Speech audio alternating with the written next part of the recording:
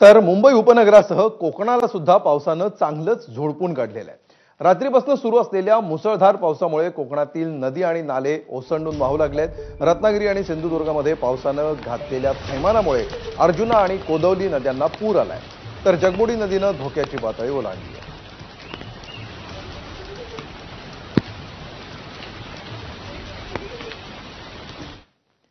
रत्नागिरीतल्या अर्जुना नदीला आलेल्या पुराचा आढावा घेतलाय आमचे प्रतिनिधी अमोल मोरे यांनी। कोकणासह रत्नागिरी जिल्ह्याला मागच्या 3 दिवसांपासून मुसळधार पावसानं झोडपून काढलंय आणि स्वाभाविकपणे रत्नागिरी जिल्हा असेल की कोकण इथल्या ज्या प्रमुख नद्या आहेत त्या सध्या दुथडी भरून वाहत आहेत। एकंदरीत ही नदी आहे राजापूर शहरालगत वाहणारी अर्जुना नदी। अगदी सह्याद्रीच्या दऱ्याखोऱ्यांमध्ये उगम पावणारी ही नदी मधल्या अनेक गावांमधून वाहते, शेकडो गावांमधून वाहते आणि त्यानंतर राजापूर शहराच्या इथून पुढे जाऊन ती अरबी समुद्राला मिळते। सध्या या नदीला देखील पूर आलेला आहे। नदीच्या पाणी पातळीमध्ये कमालीची वाढ झालेली आहे आणि त्याचमुळे एकंदरीत कोदवली नदी आणि अर्जुना नदी जी आता सध्या आपण दृश्यांमध्ये पाहतोय यांच्या संगमाच्या ठिकाणीच हे राजापूर शहर आहे आणि परिणामी या पुराचं पाणी सध्या राजापूर शहरातल्या जवाहर चौकापर्यंत आलेलं आहे। एकंदरीत या नदीचं पाणी पाहिलं किंवा या नदीचं पात्र ज्या पद्धतीने दुथडी भरून वाहत आहे ते पाहिल्यानंतर कोकणात किंवा राजापूर किंवा इथल्या भागामध्ये किती मोठ्या प्रमाणात पाऊस झालेला असू शकतो याचाच किमान आपल्याला अंदाज येऊ शकतो। आता मुंबई गोवा हायवेवरून राजापूर नजीक जो नवीन पूल उभारलेला आहे त्या ठिकाणावरून दिसणारं हे दृश्य आहे। अर्थात पुढच्या काही तासांमध्ये किंवा आज दिवसभरामध्ये देखील मुसळधार पावसाचा इशारा हवामान विभागाने व्यक्त केलेला आहे आणि त्यामुळे नागरिकांनी खबरदारी घ्यावी, काळजी घ्यावी, सतर्क राहावं असा इशारा देखील देण्यात आलाय। कॅमेरामॅन महबूब शेखसह अमोल मोरे, एबीपी माझा, राजापूर, रत्नागिरी। राजापूर नंतर संगमेश्वरकडे आपण वळूया। संगमेश्वरमध्ये पावसाचा जोर कायम आहे। पावसामुळे नदीला पूर आलेला आहे आणि पुराचं पाणी महाजन बाजारपेठेतील 5 फुटांपर्यंत शिरलंय, त्यामुळे इथल्या व्यावसायिकांचं मोठं नुकसान झालंय। दरम्यान धामणी ग्रामपंचायतीला पुराच्या पाण्यानं वेढा दिला। तर मुंबई गोवा महामार्गावरील परशुराम घाटातील संरक्षक भिंतीची माती पाण्याच्या प्रवाहामध्ये मोठ्या प्रमाणावर वाहून जाते आणि इथे पावसाचा जोर वाढल्यामुळे डोंगरातून येणाऱ्या पाण्याच्या प्रवाहात देखील वाढ झाली आहे। यामुळे परशुराम घाटातील गॅबियन वॉल ढासळण्याची भीती निर्माण झाली आहे, यामुळे परशुराम घाटाच्या सुरक्षेचा मुद्दाही ऐरणीवर आला आहे। पूरमध्ये आज सकाळपासून मुसळधार पाऊस पडतो आहे आणि त्याचा परिणाम मुंबई गोवा महामार्गावरील परशुराम घाटावरती झाल्याचा पाहायला मिळतोय। माझ्या मागे तुम्ही पाहताय हा परशुराम घाट आहे आणि या परशुराम घाटामध्ये गेल्या महिन्याभरापासून या ठिकाणी संरक्षक भिंतीचं काम सुरू आहे आणि मुसळधार पाऊस सुरू झाल्यामुळे या ठिकाणी असलेला हा जो भराव आहे हा भराव पाण्याच्या प्रवाहात वाहून गेला आहे। आपण दृश्यांच्या माध्यमातून पाहू शकता की इतक्या मोठ्या प्रमाणामध्ये हा सगळा भराव या ठिकाणी वाहून गेला आहे, त्यामुळे कुठेतरी या मार्गावरून प्रवास करणं हे धोकादायक होतं की काय असं प्रश्नचिन्ह उपस्थित होतोय। याचं कारण असं आहे, गेल्या वर्षभरापासून मुंबई गोवा महामार्गावरील हा परशुराम घाट जो आहे त्या घाटाबद्दल अनेक प्रश्नचिन्ह उपस्थित राहिले होते। या घाटात सातत्याने दरड कोसळत होत्या, मात्र दरड कोसळू नये म्हणून या ठिकाणी ही जी संरक्षक भिंत आहे ती प्रशासनाकडून बांधण्यात आली होती, मात्र ही उपाययोजना देखील फोल ठरताना दिसते।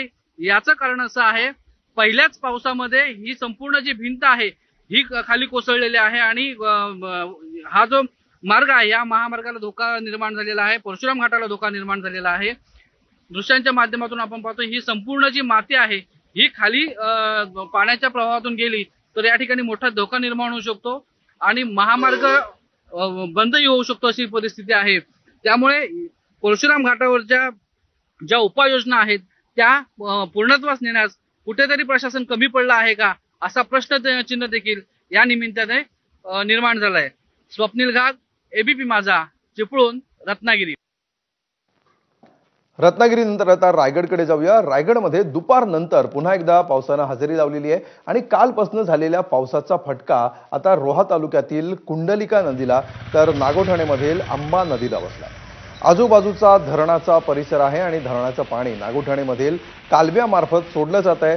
अंबा नदीनं इशारा पातळीपर्यंत त्यामुळे मर्यादा गाठली आणि रोहा शहरातील कुंडलिका नदीचं पाणी देखील इशारा पातळीपर्यंत पोहोचल्यामुळे आजूबाजूच्या नागरिकांना सतर्क राहण्याच्या सूचना देण्यात आल्या।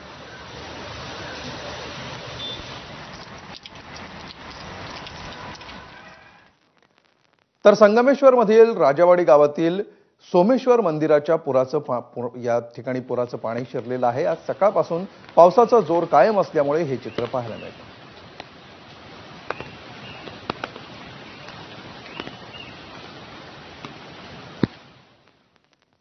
तर सिंधुदुर्गमध्ये पावसाच्या अधूनमधून सरी कोसळत आहेत। रात्री झालेल्या मुसळधार पावसामुळे कणकवली आचरा राज्य मार्गावर पाणी साचले, त्यामुळे वाहतूक ठप्प झाली आहे। त्यामुळे 15 ते 20 गावांचा संपर्क तुटला असून पर्यायी मार्गे वाहतूक वळवण्यात आली आहे।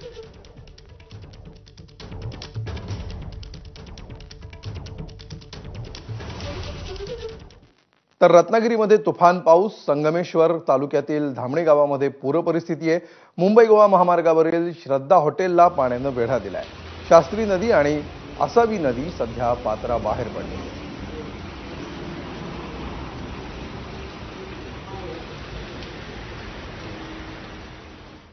तर मुंबई गोवा महामार्गावरच्या कशेडी बोगद्याच्या अलीकडे दरड कोसळल्याची घटना घडली आहे। डोंगराचा काही भाग थेट रस्त्यावर आल्यामुळे वाहतूक कोंडी निर्माण झाली होती। जेसीबीच्या सहाय्याने महामार्गावरची दरड बाजूला हटवण्यात आली आहे आणि वाहतूक सुरळीत करण्यात आली आहे।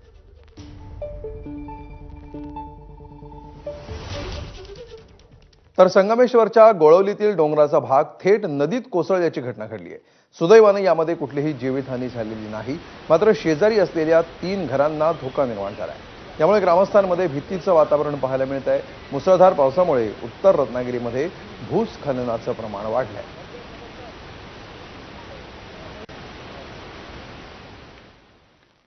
तर तळ कोकण आणि पश्चिम महाराष्ट्राला जोडणाऱ्या करूळ घाटामध्ये दरड कोसळली आहे। करूळ घाटामध्ये मातीचा मलबा आणि दरड रस्त्यावर आली आहे, त्यामुळे सिंधुदुर्गातून कोल्हापूरकडे जाणारी वाहतूक करूळ घाटामध्ये ठप्प झाली आहे। वैभववाडीमध्ये झालेल्या मुसळधार पावसाचा फटका करूळ घाटाला बसलाय, तर करूळ घाटातून होणारी वाहतूक पर्यायी मार्गाने वळवण्यात आली आहे।